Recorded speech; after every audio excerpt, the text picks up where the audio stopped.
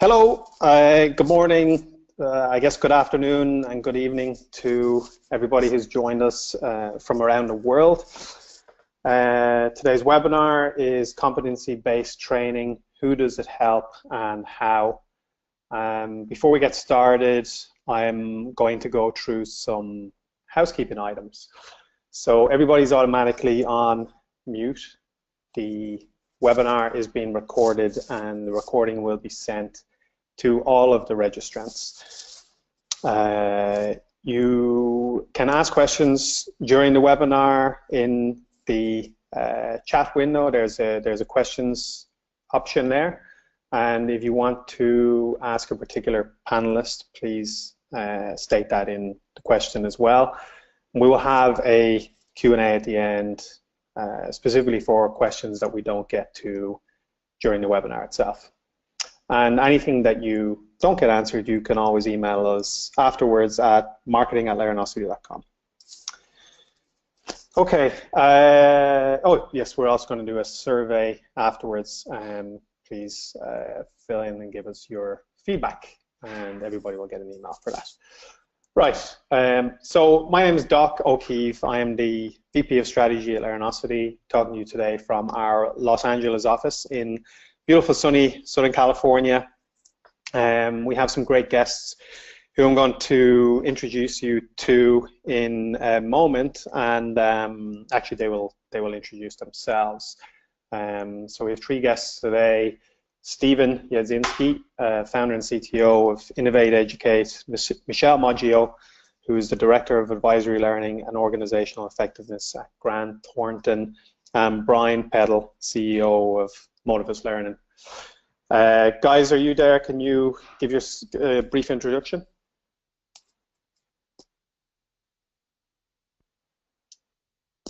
Stephen, do you want to go first?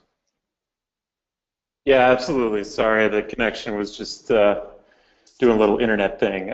Steve Yadzinski, Chief Technology Officer at Innovate Educate. It's great to be here with you. Thanks for the invitation. Great partner with Learnosity as well. We are a nonprofit based in the United States. I'm sitting in Santa Fe, New Mexico right now. Our mission is to create multiple pathways to employment based on competencies and skills.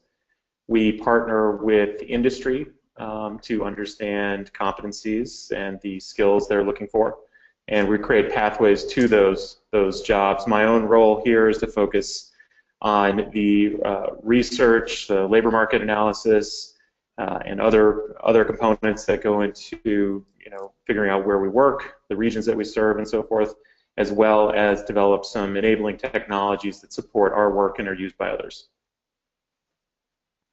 Thanks, Stephen. Michelle? Sure, thank you. Hi all, my name is Michelle Moggio. I'm currently the Director, Advisory Learning and Org Effectiveness for Grant Thornton. Grant Thornton is a professional services firm. It is a global practice, but I'm currently serving the US practice. Little bit of background, started off in management consulting, moved to one of the big fours, headed up their global learning and development team for advisory. And my role within Grant Thornton is really to look at developing the curriculum for our advisory professionals who are going out on client site to make them successful in all the client roles that they have. Super, thanks. Brian? Good afternoon, everyone. I'm Brian Peddle. I'm the CEO and founder of Motivis Learning. So we build a learning platform that really goes beyond the LMS and really trying to give your institution analytics, advising, the student information, and social learning capabilities to engage all those students and improve retention and personalized learning.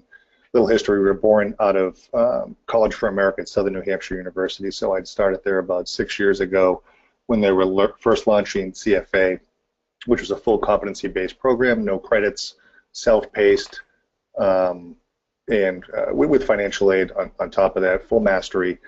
And during that point, we had started to build out all the solutions to be able to support them internally. Over a period of time, we realized others needed this as well, so we spun that off into Motivis Learning. Brilliant.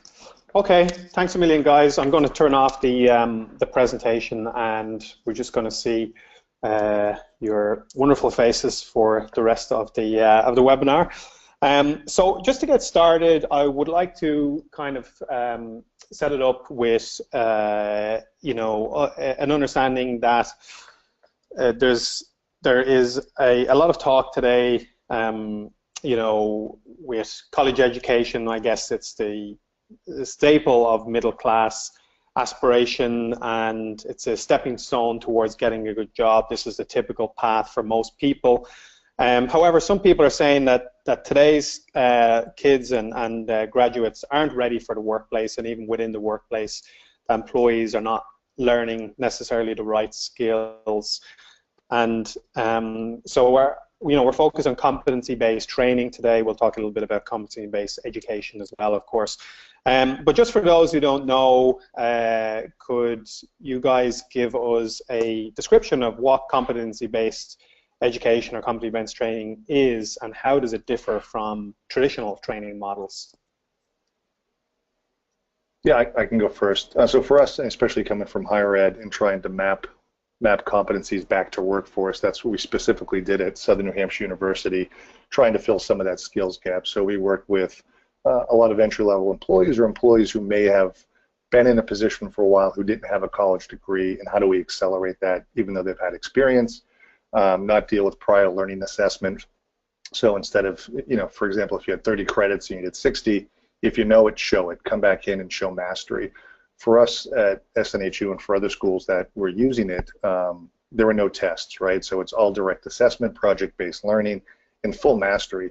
So you're really demonstrating what you know by showing it, whether it's a paper or a research project, whatever it may be, but you actually have a deliverable on that. And I think when you look at that from the point of view of both the student and potential employers, the mastery of competencies is far more value than a letter grade. A B average over 2 semesters, what's the qualitative difference between an A and a B, and what's the difference between 2 B students? So for us, we look at that, and a letter grades is a poor indicator of proficiency, but when you think about competency mastery, there's a direct correlation there between the skills the student has and what they actually know. Great. And Stephen, you know, as part of these competencies, what would you say are the core elements of that, the key competencies that we're trying to capture? I think we have, I can't hear you, Stephen. No. Sorry, guys, I had myself on mute, of course. So, you know, from our perspective, from Innovate Educate's perspective, we focus a lot, just picking up where Brian was talking in terms of what industry is looking for. And so, depending on which competencies employers are looking for, depends on which job roles you're sort of looking at, whether you're at an entry level or management level, technologist or otherwise. For Innovate Educate, we're really interested in serving individuals who are starting out in their career. One differentiator in terms of competency-based learning, training, and then, of course, as you send that signal to an employer that you have the skills required for the job, is that increasingly, from our perspective, people don't have 4 years of time and money at the same time.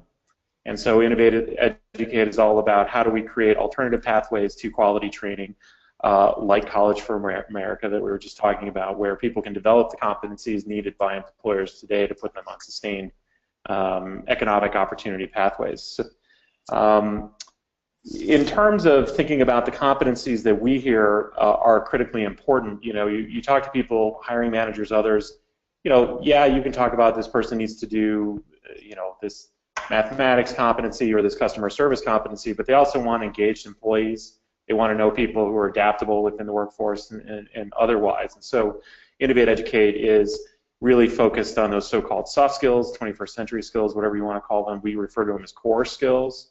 And we see that applicable at all levels of the job market. So whether you're talking about CEO level, right down to just starting out on your first job, we're all about how do you take the learning and grow your career from one step to the next. So hopefully that provides some detail on our perspective. Yeah, definitely, and those skills are very important and almost overlooked sometimes. in terms of looking for employees or graduates and things like that. It's what's your degree? Maybe you did an internship or something like that.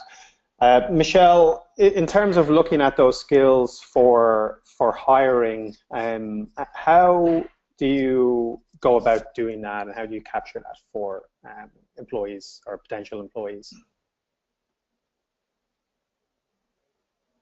I think you're on mute, possibly, Michelle. Can you hear me now? Yes. Okay, great. So I think within the professional services firm, we actually have competencies across the whole board. So I think like what Stephen was saying, from entry level all the way up to partnership, we're looking at a core set of competencies, more the soft skills. We also look at some technical pieces or technical competencies based on whether you're a risk advisor or you're doing due diligence, etc. In terms of graduates, it's kind of interesting because we do hire graduates from a university. We expect them to have certain skills and capabilities, but we're still putting them through probably around 2 weeks of training on our end, right as they're joining on competency-based training. So soft skills, critical thinking skills, executive presence, communication, all that sort of stuff. If we were able to have a way that we were sure that these things were being taught beforehand, whether it's at university or somewhere else, I think that would help in terms of their career and also in terms of us from an industry perspective, putting them on client side a lot earlier. Great, thank you. Okay, so competency, I suppose, as a concept, has been around possibly since the 1970s, at least, from what we can garner.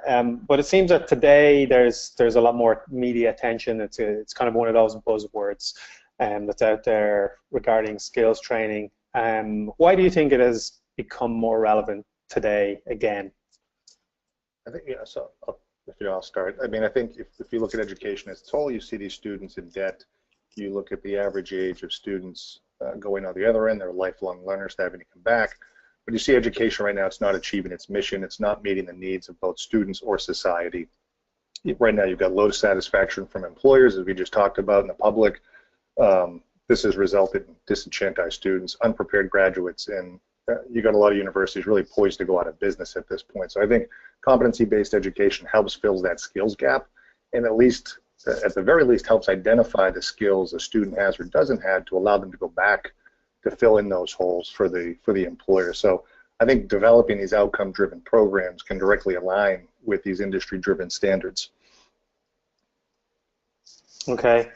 And it's interesting there what you say about the cost of education, and I wonder if it's potential for competency-based learning or training to replace traditional education. I see a lot of posters around Los Angeles for an organization called gradsforlife.org, trying to promote people who have real skills out there. And we have at least in America at the moment, a very big skills gap, particularly in STEM, science, technology, engineering, and math, for anyone who doesn't know.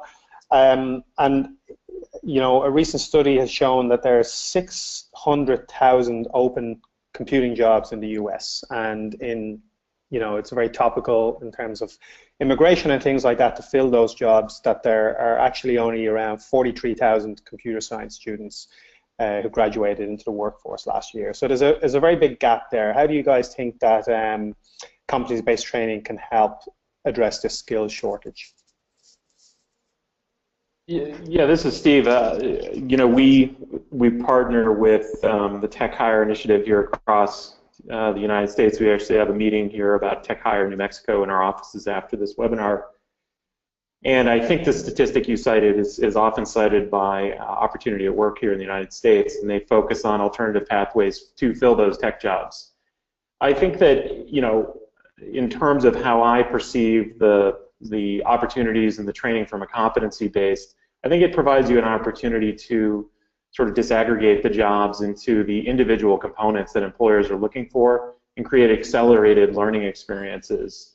Not to sound like a broken record, but I mean, computer science degrees are terrific, and from Innovate Educate's perspective, higher ed is a fantastic pathway, and it's doing really well on its own, and we're really interested in those 70% of Americans who might not have a chance to take advantage of that. So being able to think about how you can create more efficient training experiences and help people have access to sustained pathways, whether it is technology skills and competencies or otherwise.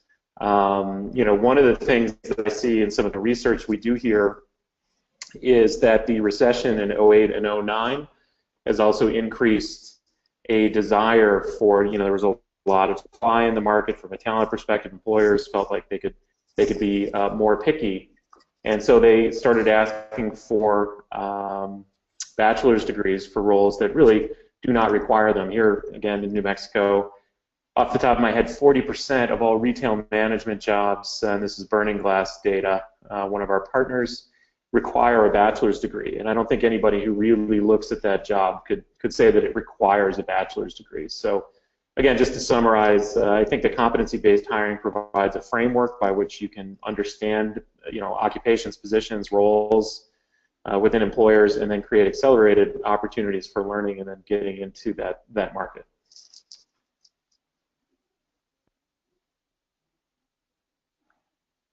Michelle, I think you're on mute again, possibly. I keep on double muting myself, so apologies. So just on the competency-based learning, from a professional services industry, what we're finding is that there's so much change in the marketplace. We need to be nimble. There's different sort of competencies that are arising. There's a core set that we discussed in the beginning, but there are things that are changing, and I don't think that universities all the time are providing that sort of opportunity to actually have that sort of learning. It would be great. I know that there are partners in the firm who are linking out to higher eds in terms of making sure that they're aware of the competencies that the industry needs. At the same time, it would be great if we could have a bigger reach out there to all the untapped talent. That I think it would be useful and would bring different ideas to our own workforce. Yeah, and I wonder, is there an element of you can hire somebody based on competencies and then teach them the actual skills, the actual tasks that they need to perform in the workplace, and you could actually hire solely based on competencies from one point of view? I think I think internship programs for us. We have an internship program here. It's pretty good. We've hired all of our interns after that, so they've come in with computer science degrees, but they weren't taught any language we're using here. So they've come in, we put them to work right away. But I think the onus is on the employer to some degree. So I think employers over time have spent less money trying to upskill some of their staff and let them go and trying to fill this hole of this 43,000 or whatever that number is. But employers need to be able to say, all right, I've got someone, instead of a bachelor's, or I've got this huge list of everything I need from somebody, which is impossible to fill.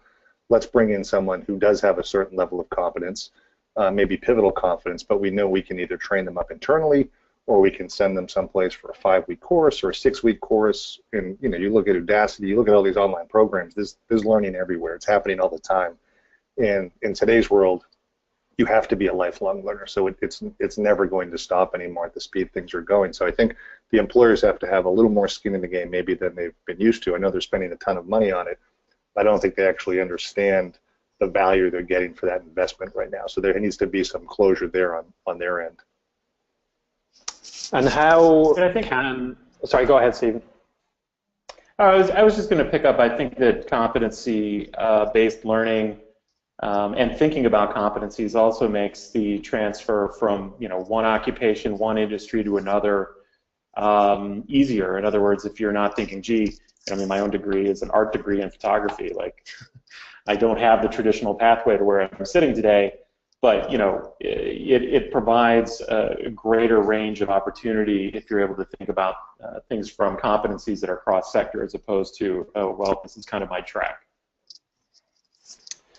And for organizations that are skeptical of this, how can they be convinced that competencies are the way to go. I guess the fear sometimes is, and you mentioned the requirement for bachelor degrees for every single job, and then even, a lot of jobs, they just put a minimum requirement of an MBA, for example. So, how can potential employers be convinced to, I guess, buy into this competency-based training and hiring approach when I suppose there is a risk in terms of cost of hiring employees that they don't traditionally hire?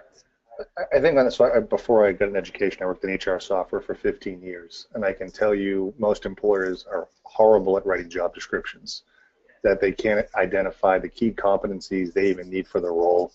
Unless you're in healthcare, education, something there's some regulation around where you've got to have very clear defined roles, detailed work activity, it's very tough to map these things out, and it really starts with those job descriptions. So if you're writing these job descriptions, it's just got a list of things, right? They're just either tool sets or whatever they may be. It's very tough to map those back. When you think about a competency-based training program, you may learn statistics, right, or some analysis, but then you go a level down. Well, I learned it using tool X, or I learned it using tool Y. That becomes a transferable skill at that point. So you're starting to get, as much as we want to talk about a skills gap, it becomes a skills identification gap. And I think, again, everyone's speaking a different language. I think employers would love competency-based learning because it ideally should map back to the competencies needed for the workplace, which then really extends into performance management. At the end of the day, you do a performance review, you should be mapping competencies back to that performance review and then expanding your skill set. So, in an ideal future, we talk about blockchain, and you've got this robust, rich transcript with demonstratable material of your competence. That should be additive over time. So if I could work for Steven and I'm doing work for him and it may be in a different language, he's just going to keep adding to that. So I think employers would love it, and it goes on in the trades already. It goes on in any RN, BSN, any program where there's clinicals. This stuff already happens. It just needs to spread to some of these other places where there's better job descriptions, essentially, that map competencies back to what's actually being, what actually education is putting out. So, and just to follow on from Brian, I agree. I definitely agree from a JD or job description perspective. I think there are some employers that are obviously doing that, even in the professional services firm. They're starting to move away there. It's a big change, right? And so there is a big reliance on having this bachelor's degree. And I guess my one question would be in terms of, I think, there's a fear of how do you assess, those competencies. I mean, you could do it from your own interviews, but there isn't anything that I'm aware of from a standard perspective that would guarantee that someone has done, and has achieved a level of mastery if I needed it in a specific competency. But I definitely think there's a shift. I just think it will take time from an employer's perspective. And I think just to pick up on that, again, here at IE, we use a framework as we work on our implementation work. So, for example, Walmart Foundation funded Incumbent Pathways work. How do we identify people who might be ready? How do we reveal talent within an existing incumbent cohort? And what we've done is we did develop a soft skills assessment for both entry and advanced roles, behavioral assessment. And one of the things I learned through leading the team around that, I'm not the IO psychologist by any stretch who worked on that, Dr. Eden Jorgensen did, but building an assessment is really hard. It was one of the things we learned. So, being able to measure for customer service, critical thinking, adaptability, drives results, and other things, we were able to work with employer partners. So we're a nonprofit, and we had employer partners who were willing to work with us, share performance data on the validation individuals so that we could use all of that statistical analysis to create our validated assessment, which is both a diagnostics tool but also can predict if you're going to be a good or top performer, which was important to the employers. I think that thinking about that assess, hire, train, advance framework, not necessarily in that order, but various components of that, being able to validate that somebody's competencies are there is an essential component within this. I think that it does get pretty complicated. We did focus on entry and advanced roles for a reason.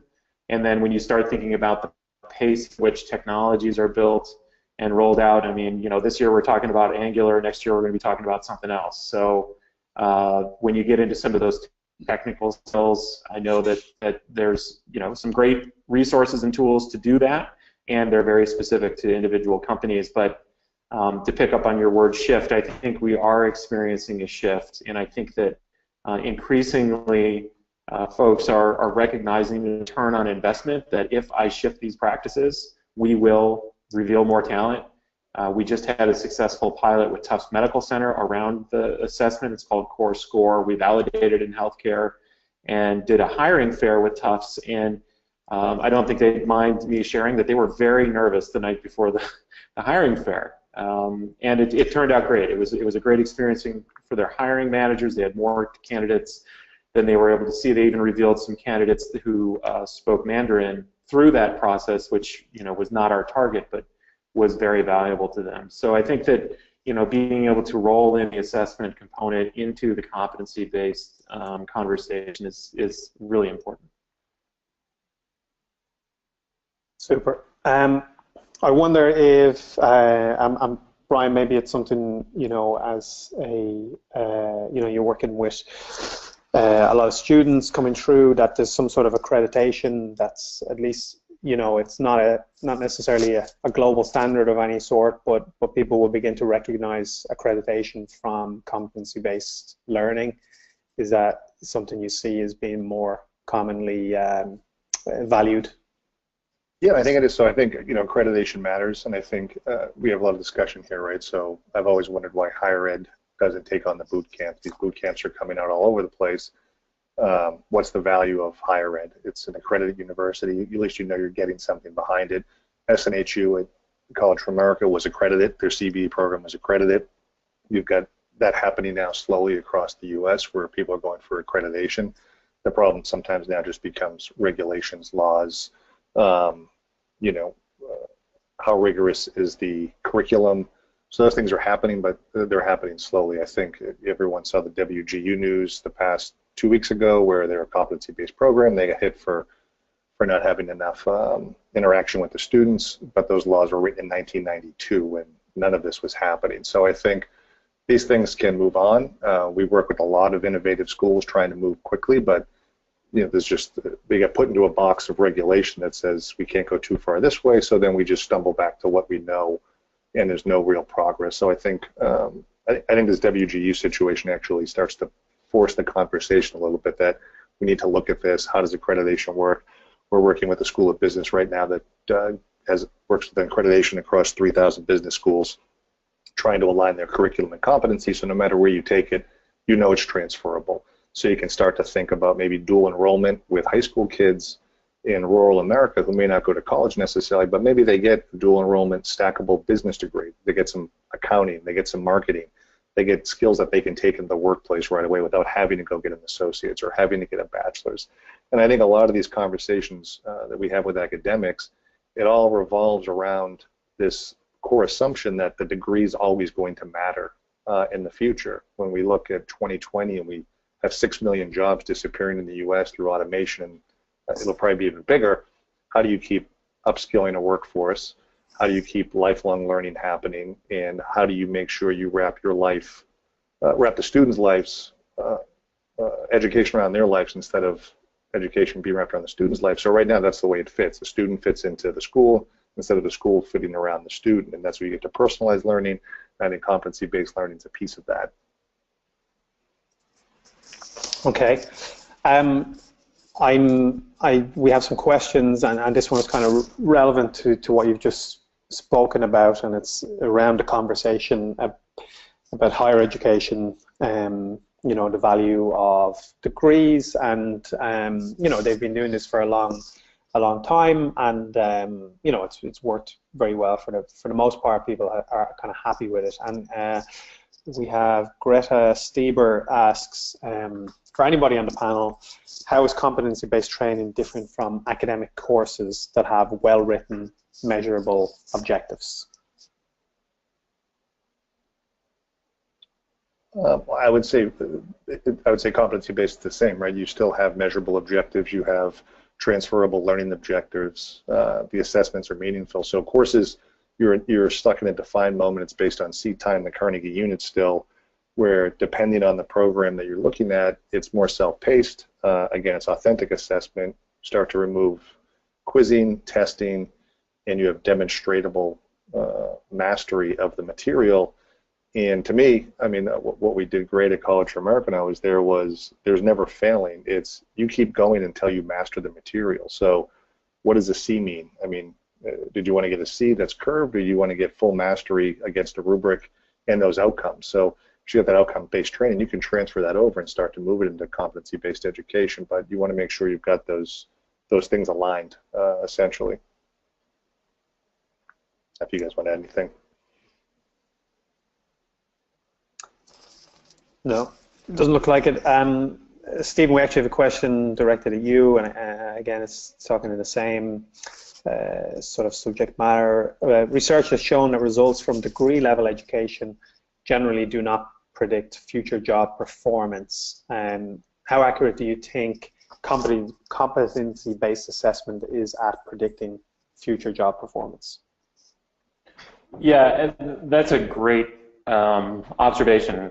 First of all, we know that it's true that degrees are terrible predictors of how somebody's going to do in the workplace. We've done a lot of studies, actually one with Intel here in New Mexico, where we looked at a tech position there, and they were requiring a bachelor's degree, and we had all people take this assessment, everybody who had bachelor's degree to folks who didn't.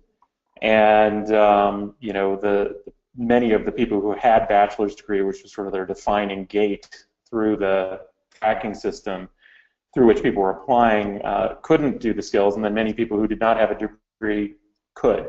So we're able to see that very directly.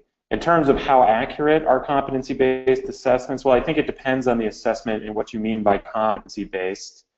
I can say that at Innovate Educate, you have, we use some assessments in the technology realm that are able to demonstrate mastery, as Brian's been talking about, sort of that concept of being to master some portion of, code writing or something like that. We're also very committed to soft skills, thinking about behavioral assessments, which we also think are highly predictive. These are quite distinct from personality assessments.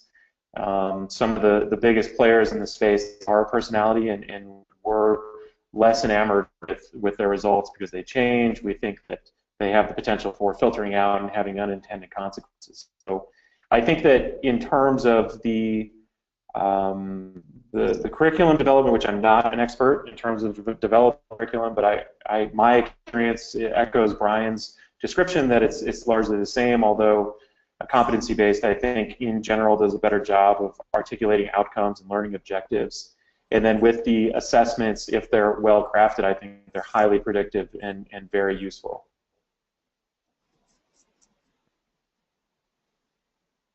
Great. Okay, Michelle, you mentioned earlier on about the sort of the marketplace changing very rapidly, and you have to be nimble to adapt to that change.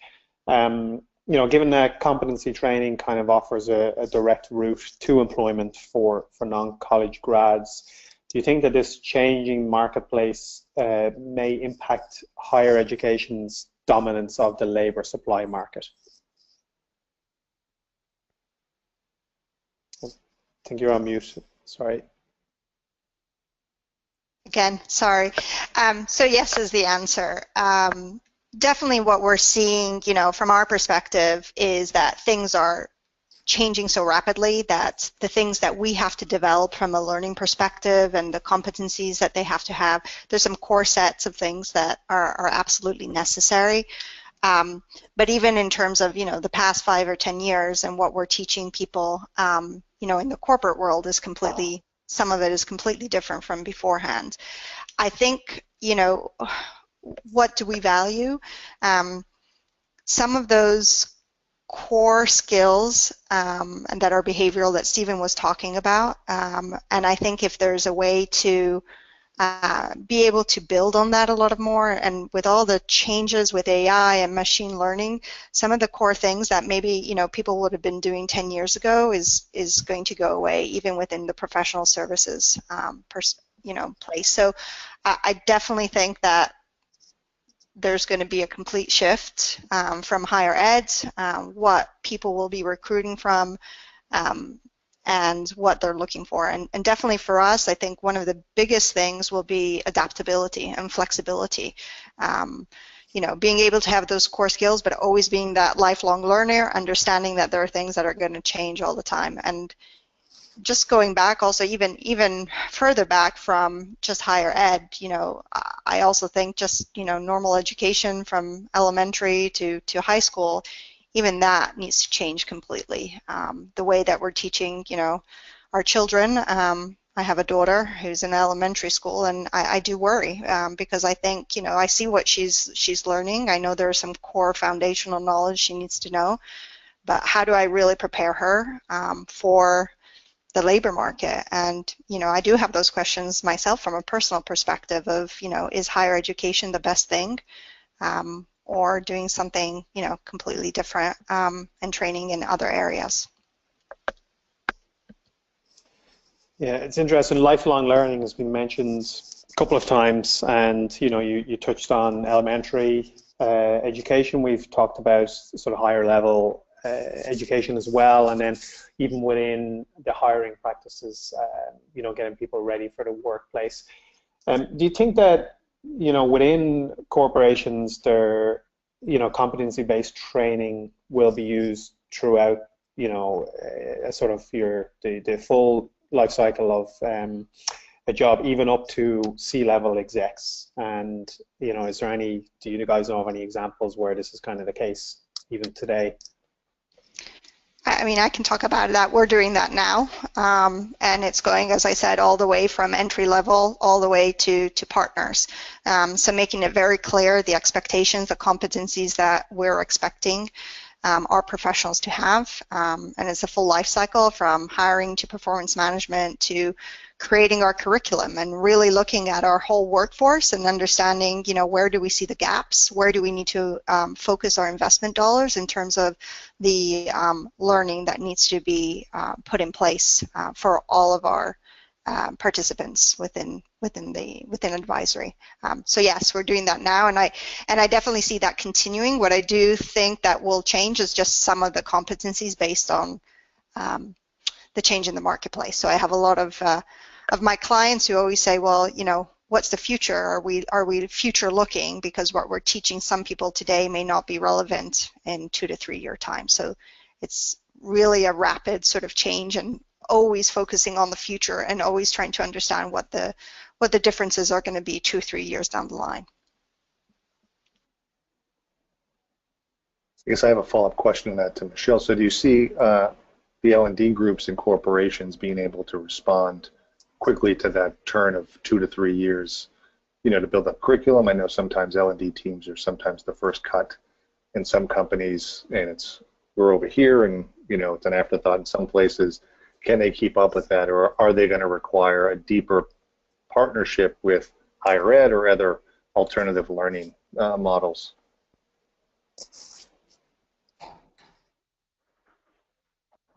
I think you're on mute again. Muted, yeah. No. Sorry. I think, as I said before, there's a shift in terms of hiring, right? There's a shift, I think, also within L&D, within organizations, and we need to evolve and be different to what the traditional L&D was beforehand. So I think we need to look at the whole ecosystem. We need to be more sometimes curators of content and working with the business, because things are going so rapidly. We cannot be a bottleneck in terms of that learning that needs to be happening. But we also need to look at different ways of learning, look externally, what's happening out in the marketplace. I think sometimes, in a corporation, it can be hard to shift, but we definitely need to do that. And the way people are learning, and especially our graduates coming in on the other side, is we're seeing also a shift in terms of what graduates are expecting from a learning perspective and how they do things with technology compared to someone who's been, in the practice 20, 30 years.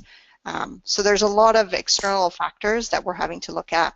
And definitely the whole L&D aspect needs to evolve in itself within a corporation, for sure.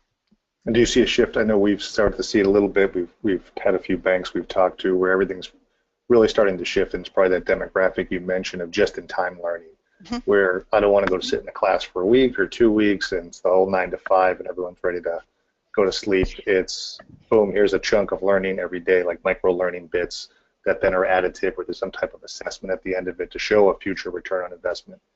Correct. So lots of just-in-time learning, micro-learning, lots of things in terms of social learning too, right? So when I was telling us, about being more of a curator, making sure that learning is more easily disseminated around, even looking at things all the way in terms of virtual reality.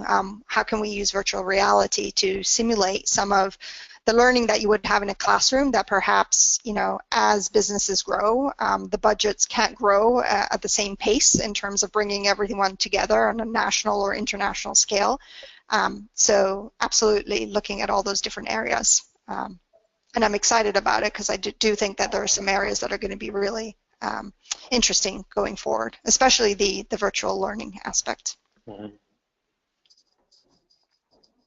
Brilliant. Okay, guys, I just want to move on to, I guess, thinking about how competency-based training is designed, thinking at the high level, what does an effective competency training program look like, and what would be, I guess, some of the important principles, just if you're designing a program from scratch. Yeah, again, I think we've kind of hit on some of these things. To me, it's, for me, and these guys may have different assessment, but it's authentic assessment. It's real-world blended learning. It's project-driven learning where it's, here's a task. It may come from different disciplines. It doesn't just have to be maybe a math task, but it's accounting mixed with marketing. It's bringing multiple disciplines together to have a delivery of a product that's measurable, whether it's with a team or alone, that you reach full mastery on, right? So you can keep trying it, but no exams, and you move on when you master it, right? So I think, to me, that's how you should measure competency in terms of these training programs. And I think, again, if you take from trade schools who've been doing this forever, if you're in a welding program, you got to show the basic welds, right? They're not going to let you graduate unless you know how to weld. If you're a doctor or an RN, you need to know how to do certain things. I think those start to move their way into other programs. And especially business schools, where there's a crunch on business schools right now, where unless you're a top-level school, these other business programs, which were really full of revenue, are starting to dwindle a little bit. They really need to start showing learning outcomes that are applicable to the real world. Yeah, again, I'm not a training development person, right? So I'm a technologist, and I connect people to opportunities and so forth. However, I have observed that it seems that the most successful competency-based programs combine just-in-time learning stuff, where you're able to, sort of asynchronously learn some classroom time and mentorship around that as well. We're really interested in developing some training aligned to the assessment I was describing earlier. We do have a grant to do that now from the AT&T Foundation. And I think that those elements will be part of that in terms of a successful presentation. I'm also, just from a technology perspective, really excited about the virtual reality opportunities that are present. I think it's super cool, and I think that it provides potentially, the way that I think about this is potentially it can sort of get 2 for 1 out of it. In other words, you are getting the sort of asynchronous benefits, but you're getting real lifelike experiences applying this knowledge, which is really I think what Brian's talking about is applying the knowledge and demonstrating mastery through that. So I think that there are some exciting things that Walmart, I chuckle a little bit just because I think it must be such a thing to try to teach, but just teaching associates about their Black Friday sales and how to manage the inflow of customers that day. I know Dell has some innovative training as well, and General Mills and some others. So really excited about those advances as well. And excited about Black Friday. It's at the top of your mind. It's coming up soon. Oh, man. It's crazy. It must be terribly difficult to train all those folks. For sure. Stephen, stick with you for a second. You mentioned earlier a core score was something you guys developed, and you know, it's obviously it's a kind of an assessment, I guess. In designing an assessment to measure competencies, are there any sort of principles, you know, so you can kind of give some guidance there for people who are thinking about that, about how you design an assessment? Yeah, I think from our experience, what we wanted to do was fundamentally create a behavioral assessment. Now, this is not measuring sort of demonstration the way that I think has been talked about a little bit in the previous comments. It is an assessment that's taken online and so forth, and non-proctored and some of those other things. But in terms of the actual design, being able to align the competencies with, you know, deep understanding of what we're measuring, with understanding how that applies to the roles by which this assessment is appropriately used. What I'm getting at is that, you know, we built an assessment for entry and advanced levels. Customer service at the entry level is a very different experience than customer service at, you know, a much higher level. In fact, you have some executive level people who sort of get disappointed because they might not score as well on our assessment, and that's because of how they consider the items and think about the situations that are presented at work. At a higher level, you might do one thing, and at an entry level, it might be more appropriate to behave differently. So I think that, you know, being able to understand the competency framework by which you are building an assessment. We also did a tremendous amount of research around validating that these competencies were needed within the workplace, but then also validation against census, DOL, Department of Labor data, and other sources to be sure that we are focused on the appropriate competencies. From there, the magic, you know, get an IO psychologist is one other tip that I would probably put on the table. You know, they know what they're doing, and I think that our partnership with them in terms of not only the statistical analysis, but also having an awareness of some of the regulations that we have to be aware of and how we speak about the use of this assessment is really critical. One last thing that I will say is it was really essential for us to be able to build an assessment that not only gave insights to employers, but also to the workers themselves. So everybody gets the same score report, they're easy to understand and use, and there are no dead ends. So we are trying to filter people in either to an opportunity or to competency-based training. You know, how do we help people take this information and take action on it? You know, just because you get a skill up recommendation doesn't mean that you have no skill. It means, in general, you might be inconsistent applying that skill. So, you know, with a little more practice, you might keep it going. So. Stephen, just a question I have on that, on your assessments. You know, did you do that over a period of time? Was it just, you know, one day? Where, you know, what were the sort of assessments? And, you know, how long were the assessments? You know, just to think about an employer who wants to hire someone based on that. Yeah, great question. So the way that we developed the assessment was to use what's called criterion and normative based. So we have a series of items that experts agree this is the correct answer in this context. And then we also have some opinion-based answers, which allows us to do kind of a couple of things in terms of how high performers tend to answer these items. The validation process was to have individuals, incumbents, take the assessment, and then for each individual, we had their corresponding manager, supervisor, somebody with direct knowledge of their performance on the job, complete a performance survey, use that data statistically to understand what's going on in the assessment and the scoring and so forth. The validation version of the assessment took people anywhere from 45 minutes to an hour. It had a lot of items on it. And then what we did was we created an assessment that leveraged the statistically most predictive items. And the length of the assessment now takes people about 20 minutes. It is used across several regions in Dallas, Colorado. I mentioned Tufts Medical Center using it successfully.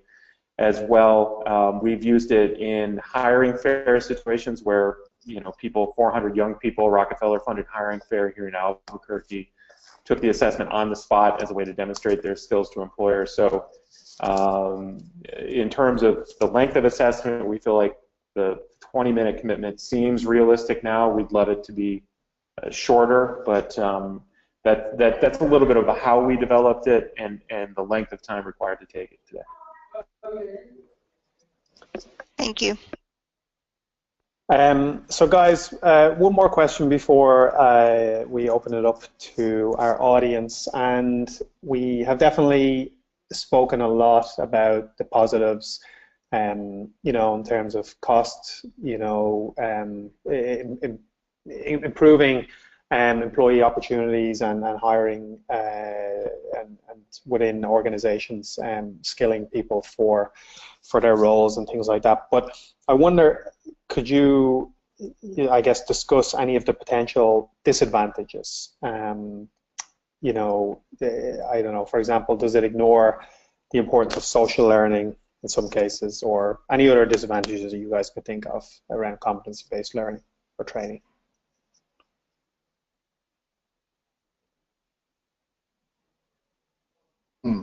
Yeah, I mean, I think I'd say there's the same negatives that would apply to any type of learning or training, right? There's always going to be someone who will try and game it or question it. I think what we've seen is everyone always questions the rigor of these programs, that it's some type of you know, mail-in correspondence course, and it's not. The people I've dealt with, these are pretty hardcore programs.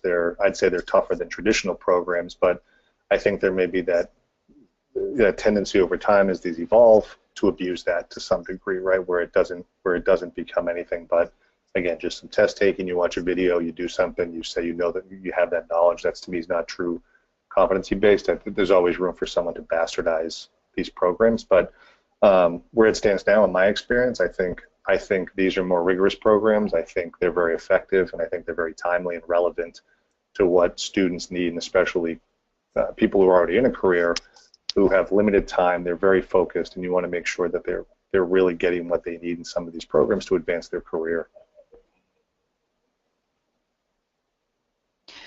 From my perspective, it's just that a lot of employers, you know, it's again the shift, right? They're just used to, you know, graduate degrees. So I think that's the only disadvantage, but that would change for sure.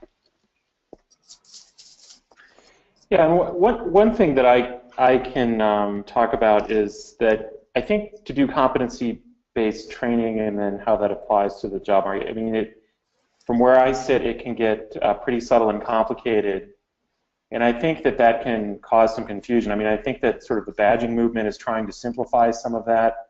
By the way, I don't perceive that employers value badges in any measure. They're much happier to talk about customer service adaptability than, you know, some badge that might roll up all of those things. But I think that one downside is just, you know, again, to use that word shift that we're experiencing, that people are thinking about a new system of organization and how to speak to one another about it. And I think that sometimes people get caught up in what we call certain things, and I don't think that serves any of the stakeholders who are involved in this. But we're making progress. I'll tell you that, you know, from where I started thinking about this 4 years ago and learning, you know, from the experts, the panelists that I get to join here today, you know, we've made tremendous progress in terms of how people perceive these programs, knowing that they're valuable pathways to training and that lifelong learning experience that is necessary. Okay, so we have some questions from our audience. Brian Mulligan asks, for professional accreditation, we are required to achieve certain traditional learning outcomes in math and similar topics, most cheaply achieved through simple examinations. Does this come under the umbrella of CBE? Yeah, I mean, there are CBE programs who do assessment like that, right? They'll take regular summative assessments that are multiple choice tests. So, I mean, that is there. I mean, you look at some programs who will have self-paced learning. There'll be some projects rolled in there, but some programs still do provide traditional assessments at the end of the program. Okay. We have Darren Bryden says, hello from the San Francisco Bay Area. I'm pursuing my master's in instructional design, and I've chosen soft skills competency-based training as the focus of my thesis. I'm developing a multimedia e-learning course for strategic coaching for soft skills, and my challenge has been to create scenarios and interesting interactions that engage the learner. Can you suggest any interactive content scenarios and assessments? Well, one thing I can offer, and just to be totally transparent, I mean, Innovate Educate is kind of hot on the trail of exactly that problem, and I don't have a good answer to that now. Some of our experts say it's actually not possible to teach some of these soft skills asynchronously, which is why I'm really interested in virtual reality and things like that. So while I don't have here's the URL to go to see an example or a model of something that I think works really well, there are a lot of people who are working on this problem, and I have absolutely every expectation that 6 months from now the answer would be totally different, you know, and I don't think it's only our work that's on this. Yeah, I completely agree, and I think that's some of the things, and one of the pilots that we're working on is really on the virtual reality aspect, because it's so hard to do that from an e-learning perspective.